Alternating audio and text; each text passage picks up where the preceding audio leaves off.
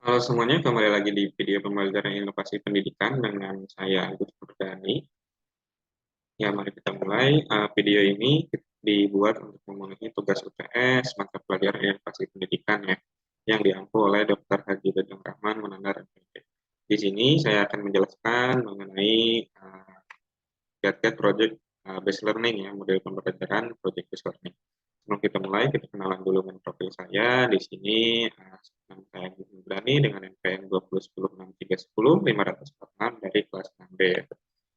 Oke, sebelum ke Project Based Learning, kita bahas dulu sedikit tentang inovasi pembelajaran itu sendiri. Nah, inovasi pembelajaran merupakan sebuah upaya atau pembaharuan terhadap berbagai komponen yang diperlukan dalam penyampaian materi pembelajaran berupa ilmu pengetahuan dari tenaga pendidik kepada peserta didik ya teman-teman, dengan tujuan untuk meningkatkan kualitas pendidikan yang berlangsung.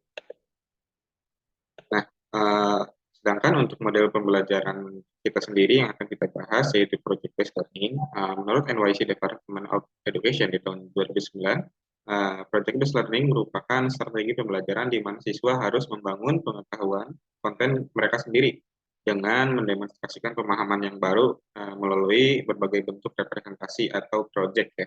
Nah, PJBL sendiri atau Project Based Learning adalah proyek pembelajaran yang berpusat kepada siswa ya, dengan dari definisi di atas kita tarik kesimpulan yang terpusat kepada siswa untuk membangun dan mengaplikasikan konsep dari berbagai proyek atau proyek yang dihasilkan dengan mengeksplorasi dan menyelesaikan masalah di dunia nyata secara mandiri. Nah, di sini kita lihat ya, di sini ada beberapa langkah untuk PJBL sendiri. Untuk PJBL ada 6 langkah ya di sini yang terdapat. Yang pertama yaitu essential question, kedua adalah design project, ketiga membuat schedule, terus monitoring project, menilai outcome dan juga evaluasi experience-nya. Nah, di sini saya jelaskan dulu untuk yang pertama ya, untuk essential question di sini seorang pendidik memberikan pertanyaan yang mendasar mengenai mata pelajaran yang akan atau proyek yang berkenaan dengan proyek yang akan dibahas gitu ya.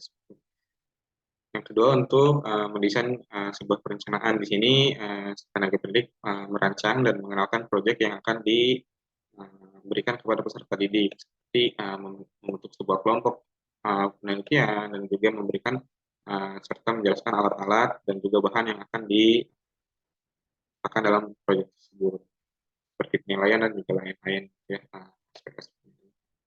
Nah, yang ketiga adalah create schedule atau menyusun jadwal. Di sini peserta didik dan guru menyepakati atau membuat kesepakatan waktu maksimal yang digunakan untuk mengerjakan sebuah proyek tersebut. Bisa menurut jadwal pelajaran, jam pelajaran, atau mungkin bisa sampai 1 semester penuh ya. Di sini tergantung dengan kesepakatan antara tenaga pendidik dan juga dengan peserta didik. Nah, yang tahapan keempat adalah memonitoring ya. Di sini memonitoring maksudnya di sini adalah peserta didik yang sedang melakukan pengerjaan proyek. Di sini tenaga pendidik melihat pengerjaannya, monitoring secara langsung gitu, dan apabila peserta didik mengalami kesulitan dalam mengerjakannya, di sini tugas peserta tenaga pendidik juga dapat membantu sedikit-sedikit apabila dapat membantu untuk menuntun peserta didik dalam mengatasi kesulitan tersebut ya. Nah, yang kelima adalah hard assessment, penilaian atau menguji ya, menguji proyek yang telah dilaksanakan di waktu yang telah disepakati.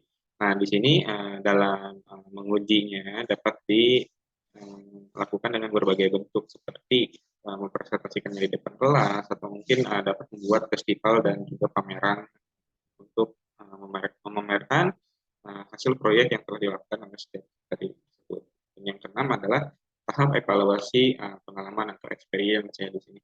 Nah, di sini peserta didik menceritakan pengalaman mereka dari proyek yang mereka buat gitu ya, experience apa saja yang dapat, dan guru menilai experience tersebut dan memberikan evaluasi apabila terdapat hal-hal yang dirasa kurang dalam pembelajaran, dalam pengerjaan proyeknya untuk menghasilkan proyek yang bisa lebih baik lagi.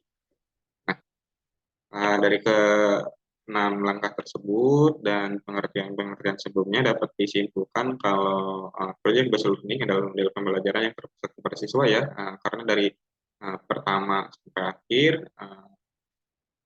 pembelajaran ini terfokus pada proyek yang dilakukan oleh siswa-siswa tersebut gitu, untuk membangun dan mengaplikasikan konsep dari proyek yang dihasilkan dengan mengeksplorasi dan memecahkan masalah yang ada di dunia nyata secara mandiri.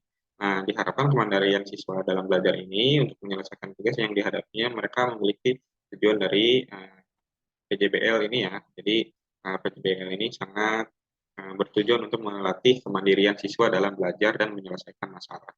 Namun kemandirian ini perlu dilatih juga oleh guru pada siswa untuk terbiasa dan menggunakan PJBL ini. Ini adalah bentuk monitoringnya ya, untuk guru dapat melatih dan membimbing siswa-siswa tersebut. Nah, siswa SD maupun SMP masih perlu dibimbing dalam menjalankan tugasnya, bahkan siswa SMA. Itulah pentingnya peran guru dalam memonitoring dalam metode pembelajaran kali ini. Begitu. Oke, semuanya terima kasih.